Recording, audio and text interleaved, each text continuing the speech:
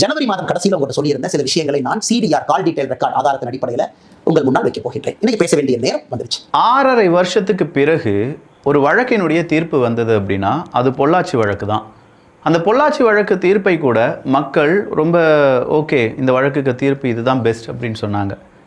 5 மாதத்தில் ஒரு வழக்கினுடைய தீர்ப்பு வருகிறது என்றால் அது அண்ணா யூனிவர்சிட்டி அந்த வழக்கு.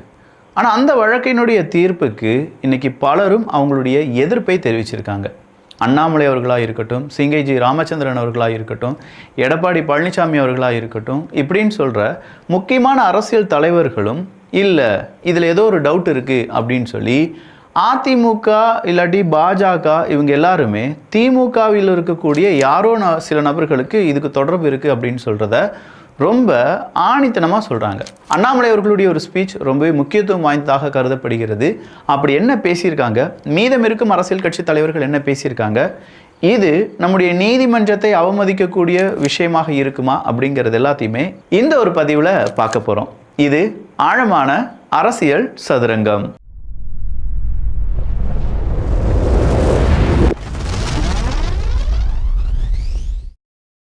நிறைய பேர் கேட்டதுக்கு இணங்க மறுபடியும் 7 வயசுலேருந்து 12-13 வயசுக்கான ஆண்களுக்கான பெண்களுக்கான பேக் அப்படிங்கிறத 50-50 பீசஸ் வச்சு அப்டேட் பண்ணியிருக்கோம். இதுக்கான காம்போ டீட்டெயில்ஸ் இந்த வீடியோக்கு எண்டில் சொல்லியிருக்கேன். வேணுங்கிறவங்க வாங்கிக்கோங்க.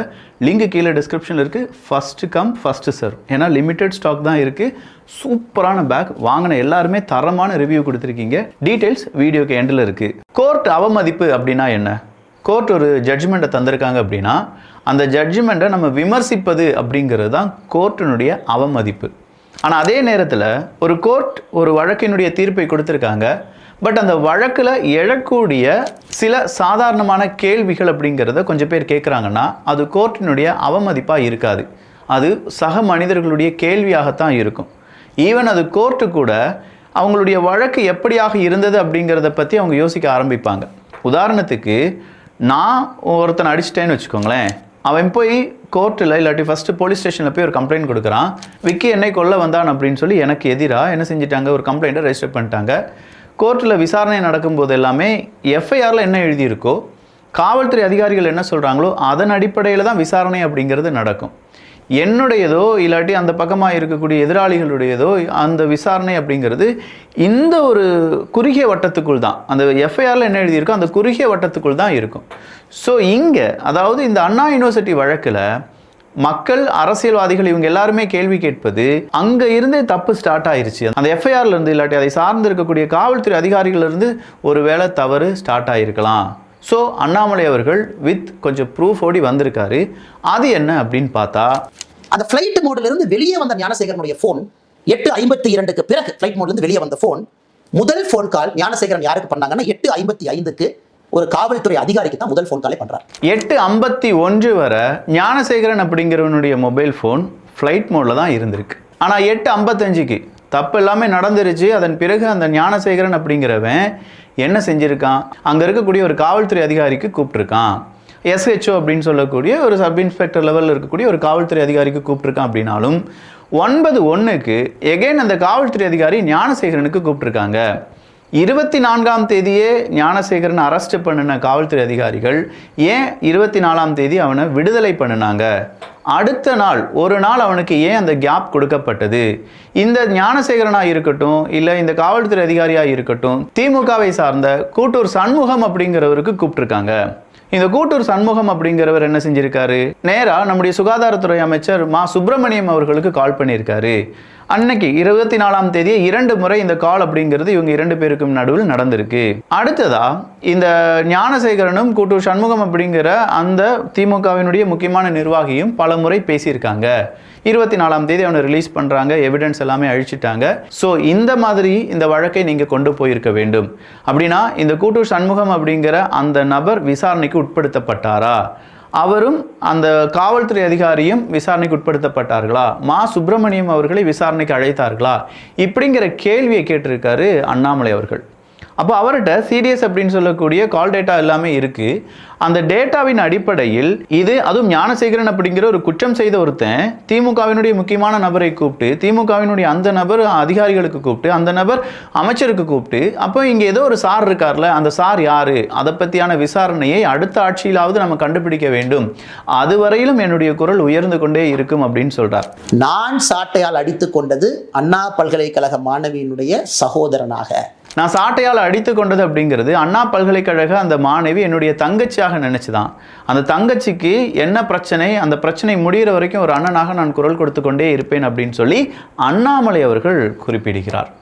ஸோ அண்ணாமலை அவர்கள் மட்டும்தான் இதை குறிப்பிட்டாரா அப்படிங்கிறது கிடையாது. எடப்பாடி பழனிசாமி அவர்களும் குறிப்பிடுகிறார். யார் அந்த சார் அப்படிங்கிறத நாங்கள் அடுத்த ஆட்சியில் வந்து கண்டுபிடிப்போம். இப்போதைக்கு திமுகவினுடைய எல்லா அரசியல் கட்சி தலைவர்களும் நிம்மதியாக தூங்கலாம். ஆனால் அண்ணா திமுகவினுடைய ஆட்சி அமரும் போது நீங்கள் யாருமே நிம்மதியாக தூங்க முடியாது. இந்த வழக்கினுடைய உண்மையான விசாரணை நடைபெறும். 5 மாசத்துல எப்படி இவன் மட்டும்தான் குற்றவாளி அப்படின்னு சொல்லி நீங்கள் முத்திரை குத்தலாம். December 23 offence first FIR. இது போன்ற இன்னும் பெண்கள் பாதிக்கப்பட்டிருக்கின்றார்களா? அண்ணா யூனிவர்சிட்டியில் ஒரு கேஸ் மட்டுமா, இல்லை மல்டிபிள் கேசஸா? இதே மோடஸ் ஆபரண்டியை பயன்படுத்தினானா? ஸோ அரசு என்ன பண்றாங்க, மே 14ஆம் தேதி வெளியே ரெஜிஸ்டர் பண்ண எஃப்ஐஆர் சீக்கிரட்டா வச்சுட்டாங்க, நம்ம சொல்லல. அதே மாதிரி டிசம்பர் மாதத்தில் அவனுக்கு ஒரு வழக்கில் நம்ம கைது பண்ணுறாங்க. கொஞ்சம் மாதங்களுக்கு பிறகு அடுத்ததாக சிபிசிஐடி இன்னொரு வழக்கை போடுறாங்க. இந்த ஞானசேகரன் அப்படிங்கிறவன் இன்னொரு பெண்ணையும் இதே மாதிரி பாலியல் சீண்டலில் ஈடுபட்டிருக்கான். ஸோ அந்த வழக்கினுடைய விசாரணை என்ன, அந்த வழக்கு எங்கே போய் முடிந்தது, அந்த வழக்கை சார்ந்த பெண்ணும் அண்ணா பல்கலைக்கழகத்தை சார்ந்த பெண் தானா, இல்லை அண்ணா பல்கலைக்கழகத்தில் இந்த இடங்கள்லாம் அவனுக்கு தெரிஞ்சிருக்கு, அப்போ இதே மாதிரி அவன் தொடர்ச்சியாக தப்பு பண்ணியிருந்திருப்பானா, இப்படின்னு சொல்கிற பல கேள்விகளையும் அண்ணாமலை அவர்களும் கேட்டிருந்தார். சரி, நேராக சிங்கைஜி ராமச்சந்திரன், அதாவது அண்ணாமலை அவர்களுக்கு எதிராக அதிமுகவில் நின்ற ஒரு நபர் சிங்கைஜி ராமச்சந்திரன் அவர்கள், அவர் என்ன பேசியிருக்கார் அப்படிங்கிறத நம்ம பார்த்தோம்னா, அண்ணா பல்கலைக்கழகத்தில் பாலியல் வன்கொடுமை செய்யப்பட்ட மாணவி பெண்கள் பாதுகாப்பு மையத்துக்கு அழைத்த போது நடவடிக்கை எடுக்கவில்லை. நல்லா கவனிச்சுக்கோங்க. சம்பவம் நடந்த அன்று கைது செய்யப்பட்ட ஞானசேகரனை காவல்துறை அன்றே இரவு விடுவித்தது ஏன் அப்படிங்கிற கேள்வி இவரும் கேட்டிருக்கார். ஸோ இந்த இடத்துல எல்லா அரசியல் தலைவர்களும் இந்த கேள்வியை கேட்குறாங்கன்னா, காவல்துறை அதிகாரிகள் இல்லாட்டி ஜட்ஜ் வழக்கு விசாரணை செய்தவர்கள் ஏன் இந்த கேள்வியை கேட்காம போயிட்டாங்க? ஒருவேளை கேட்டிருந்திருப்பாங்களா? இல்லை நமக்கு சாதாரண மனிதர்களுக்கு இதெல்லாம் தெரியாது, பட் அரசியல்வாதிகளுக்கும் அரசு அதிகாரிகளுக்கும் இந்த வழக்கில் நீதி போராட்டத்தை நடத்திய வழக்கறிஞர்களுக்கும் இதை பற்றிலாம் நல்லாவே தெரிஞ்சிருக்கணுமே. அவங்க ஏன் இன்னும் இதற்கான எக்ஸ்பிளனேஷனை கொடுக்கல? ஜட்ஜ்மெண்ட் தான் ரிலீஸ் ஆயிடுச்சு, இந்த எக்ஸ்பிளனேஷன் அப்படிங்கிறது ஏன் கொடுக்கப்படவில்லை? சம்பவம் நடந்த அன்று 2 பேர் கூட்டு பாலியல் வன்கொடுமை என்றுதான் முதலில் செய்தி வந்தது. பாதிக்கப்பட்ட பெண் வேண்டுகோள் விடுத்தும் ஆண் காவலர்கள் சீருடையில் வந்து விசாரித்துள்ளனர். ஆண் காவலர்கள், இங்கே தப்பு நடந்திருக்கு. ஒரு பெண் பாதிக்கப்பட்டிருக்காங்க, அவங்க வீட்டில் ஆண் காவலர்கள் 2 பேர் யூனிஃபார்மோடு போய் விசாரணை நடத்தியிருக்காங்க. மருத்துவ பரிசோதனை வேண்டாம் என கூறியது ஏன்? இந்த பெண்ணுக்காக ஆஜரான அந்த வக்கீலும் நேற்று குறிப்பிட்டிருந்தார் என்பது குறிப்பிடத்தக்கது. ஒரு காவல்துறை அதிகாரி வந்து எஃப்ஐஆர்லாம் போடாதமா உன் லைஃப் போயிடும் அப்படின்னு சொல்லியிருக்காங்க. இன்னொரு காவல்துறை அதிகாரிகள் வேண்டாம், எதுக்கு மெடிக்கல் டெஸ்ட் அப்படின்னு சொல்லி கேட்டிருக்காங்க. எஃப்ஐஆர் போடுவதே தாமதமாகி பெண்ணின் விவரங்கள் வெளியே கசிய விட்டது யார் அப்படின்னு சொல்கிற கேள்வி.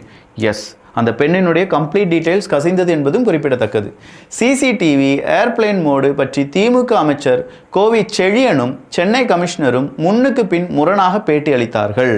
பாதிக்கப்பட்ட பெண்ணை குற்றம் சாட்டி எஃப்ஐஆர் இருப்பதாக உச்ச நீதிமன்றம் கண்டித்தது. கரெக்டு தானே?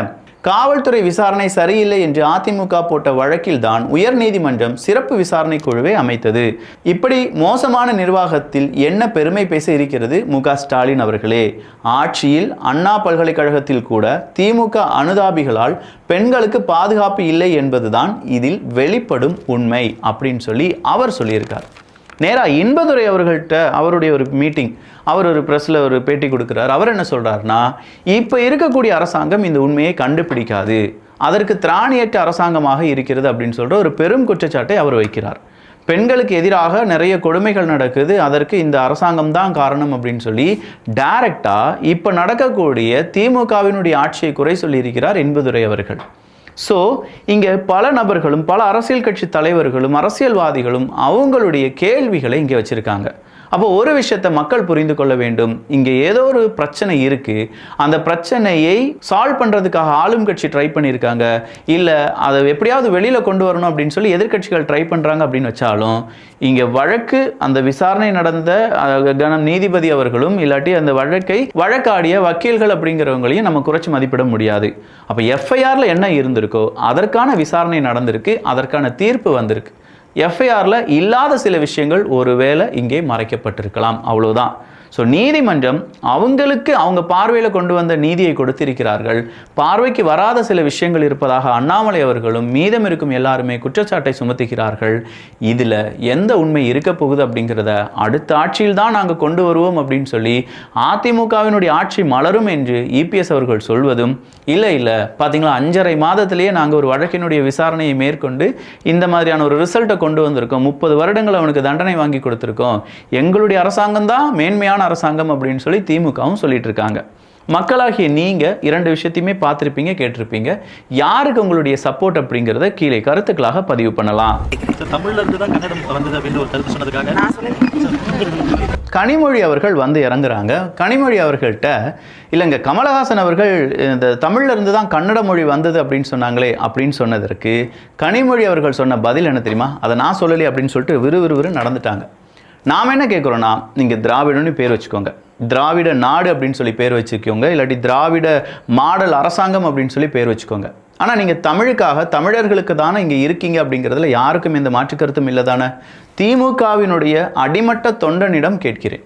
இதை பார்க்கக்கூடிய ஒரு நபர் திமுகவினுடைய அனுதாபியாக இருப்பீர்கள், திமுகவினுடைய உறுப்பினராக இருப்பீர்கள், யாரா வேணாலும் இருந்துக்கோங்க. இல்லாட்டி திராவிட கட்சிகள், நாட் ஒன்லி திமுக, அதிமுகவும் இதில் நம்ம சேர்க்கலாம், இல்லை விஜய் அவர்களையும் நம்ம இங்கே சேர்க்கலாம். ஏன்னா அவரும் திராவிட கொள்கையை போற்றி தானே வருகிறார். அப்போ விஜய் அவர்களுக்கு ஒரு கேள்வி, திமுகவுக்கு ஒரு கேள்வி, அதிமுகவுக்கு ஒரு கேள்வி அப்படிங்கிறதுலாம் இல்லை. 3 பேருக்கும் சேர்ந்து ஒரே கேள்வி, தமிழிலிருந்து தான் கன்னடம் வந்தது அப்படின்னு சொல்றதுக்கு உங்களுக்கு என்ன இங்கே பிரச்சனை? இல்லை இந்த பிரச்சனை பெருசாக கூடாது அப்படின்னு நினைச்சு நீங்க அதை சொல்லாமல் இருக்கீங்களா? இல்லை கன்னடம் தனியாக தோன்றிய மொழி அப்படின்னு சொல்லி நீங்க நினைக்கிறீங்களா? தமிழ் அந்த அளவுக்கு சிறப்பானது கிடையாது அப்படின்னு சொல்லி நீங்க நினைக்கிறீங்களா? அப்போ நீங்கள் 3 பேருமே தமிழுக்கு எதிரானவர்களா? நீங்கள் 3 பேருமே கன்னடத்துக்கு ஆதரவானவர்களா அப்படின்னு சொல்லி கேட்க தோணுதா இல்லையா? தமிழிலிருந்து வந்த மொழி கன்னடம் அப்படின்னு சொல்லும்போது கமலஹாசன் அவர்களை பார்த்து நீதிபதி கேட்கிறார், ஒரு மன்னிப்பை கோரிவிட வேண்டியதானே, நீங்கள் என்ன மொழியியல் ஆராய்ச்சியாளரா, நீங்கள் என்ன பெரிய நிபுணரா, ஒரு மன்னிப்பு கேட்கறதுனால என்ன ஆக போகுது அப்படின்னு சொல்லி கேட்டபோது கமலஹாசன் அவர்கள் சார்பாக வைக்கப்பட்ட விவாதத்தில் ஒரு வார்த்தையை சொன்னாராம், தப்பு பேசியிருந்தால் மன்னிப்பு கேட்கலாம், தப்பாக புரியப்பட்டது அப்படிங்கிறதுக்கு நான் எப்படி மன்னிப்பு கோர முடியும், அப்படிலாம் மன்னிப்பு கோர முடியாது அப்படின்னு சொன்னாராம். ஸோ இந்த இடத்துல கமலஹாசன் அவர்களுக்கு ஆதரவாக ஏன் திராவிட கட்சிகள், திராவிட ஆட்சியாளர்கள், புதுசாக வந்த விஜய் அவர்கள் நிற்காமல் போனாங்க? விஜய் அவர்கள் ஃபுல் டைம் அரசியல்வாதிலாம் இல்லைப்பா அப்படின்னு சொல்கிறவங்களுக்கு ஒரு கேள்வி. நேற்றே ஜனநாயகன் படம் முடிஞ்சிருச்சுல, மனுஷன் ரொம்ப பெரிய அப்செட்லாம் இருந்தார் அப்படிங்கிற செய்திலாம் வாசிச்சிருப்பீங்கல்ல. இன்னையிலேருந்து அவர் பியூர் அரசியல்வாதியாக மாறிட்டார்ல. அப்படி இருக்கும்போது தமிழிலிருந்து கன்னடம் பிறந்தது அப்படின்னு சொல்றதுல மொழியியல் ஆராய்ச்சியாளர்கள் தான் சொல்ல வேண்டும் என்றால் ஒரு மொழியியல் ஆராய்ச்சியாளரை கூப்பிட்டு வாங்க, உண்மையை ஒத்துக்கொள்ளுங்கள் அப்படிங்கிறது தான் கேட்குறோம், வேறு எதுவுமே கேட்கல. இது தமிழுக்கு பெரிய ஒரு பிரச்சனையாக பார்க்கப்படுகிறது. கன்னடத்துக்கு ஒரு வரலாறு இருக்குது, கண்டிப்பாக எல்லா மொழிகளுக்கும் வரலாறு இருக்குது, நாங்கள் சண்டை போட வரல, இங்கே யாரும் சண்டை செய்யுங்க அப்படின்னு சொல்லலை. உண்மையாக இருக்கும் பட்சத்தில் அதை ஒத்துக்கொள்வதற்கு ஏன் இந்த சஞ்சலம்? ஏன் கனிமொழி அக்கா இதை பார்த்து நான் சொல்லலை அப்படின்னு சொல்கிறாங்க? அப்போ தமிழை பற்றி நீங்கள் என்ன சொல்கிறீங்க? தமிழ் ஒரு செம்மொழி, தமிழ் ஒரு ஆதி மொழி அப்படின்னு சொல்கிறதுக்கு எல்லாருக்கும் ஏன் தயக்கம் அப்படிங்கிறத கேட்கிறோம். நார்மலான ஒரு விஷயம்ங்க. இங்கே எந்த லாங்குவேஜையும் ஏற்றி இறக்கி நம்ம பேசலை, வரலாறுல என்ன இருக்குது அப்படிங்கிறதானையா கேட்குறோம். அதை கூட சொல்கிறதுக்கு இங்கே தைரியம் இல்லாத மனிதர்களாக நம்ம மாறிட்டோம் அப்படின்னா நம்ம மனிதர்களாக இருந்து படித்து பேசி என்ன பிரயோஜனம்? இல்லை தமிழை பேசக்கூடிய, தமிழுக்காக நான் வாழ்கிறேன், என்னுடைய தாத்தா வாழ்ந்தார், எங்கள் அப்பா வாழ்ந்தார், நான் தமிழ் என்னுடைய மூச்சு, தமிழ் தான் எல்லாம், தமிழை வளர்க்கறதுக்கு தான் வந்திருக்கேன். சரி சொல்லுங்க, தமிழிலிருந்து தான் கன்னடம் வந்துச்சு அப்படின்னு சொல்லுங்க. கன்னடத்தினுடைய இலக்கியம் உருவானது எப்போது? தமிழனுடைய இலக்கியம் அப்படின்னு சொல்லப்பட்ட உருவானதுக்கு கிட்டத்தட்ட 600-700 ஆண்டுகளுக்கு பிறகு. அப்படின்னா என்ன என்ன இந்த அளவுக்கு கொஞ்சம் எங்களுக்கே யூடியூபர்ஸுக்கே இந்த மாதிரி விவரம்லாம் தெரியுதுன்னா படித்த எத்தனை மேதாவிகள் இருப்பாங்க, அவங்களுக்குலாம் இதெல்லாம் தெரியாமல் இருக்குமா? பட் வெளியில் சொல்ல மாட்டேங்காங்க. காரணம் என்னென்னா ஓட்டரசியலப்பா, ஓட்டரசியல். ஓட்டரசியலும் உங்கள் ஓட்டரசியலும்.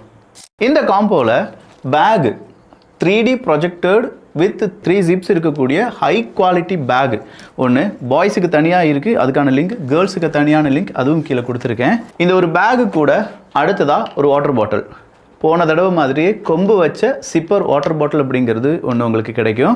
அது இல்லாமல் ஒரு மேஜிக் பென் அப்படிங்கிறது உங்களுக்கு கிடைக்கும்.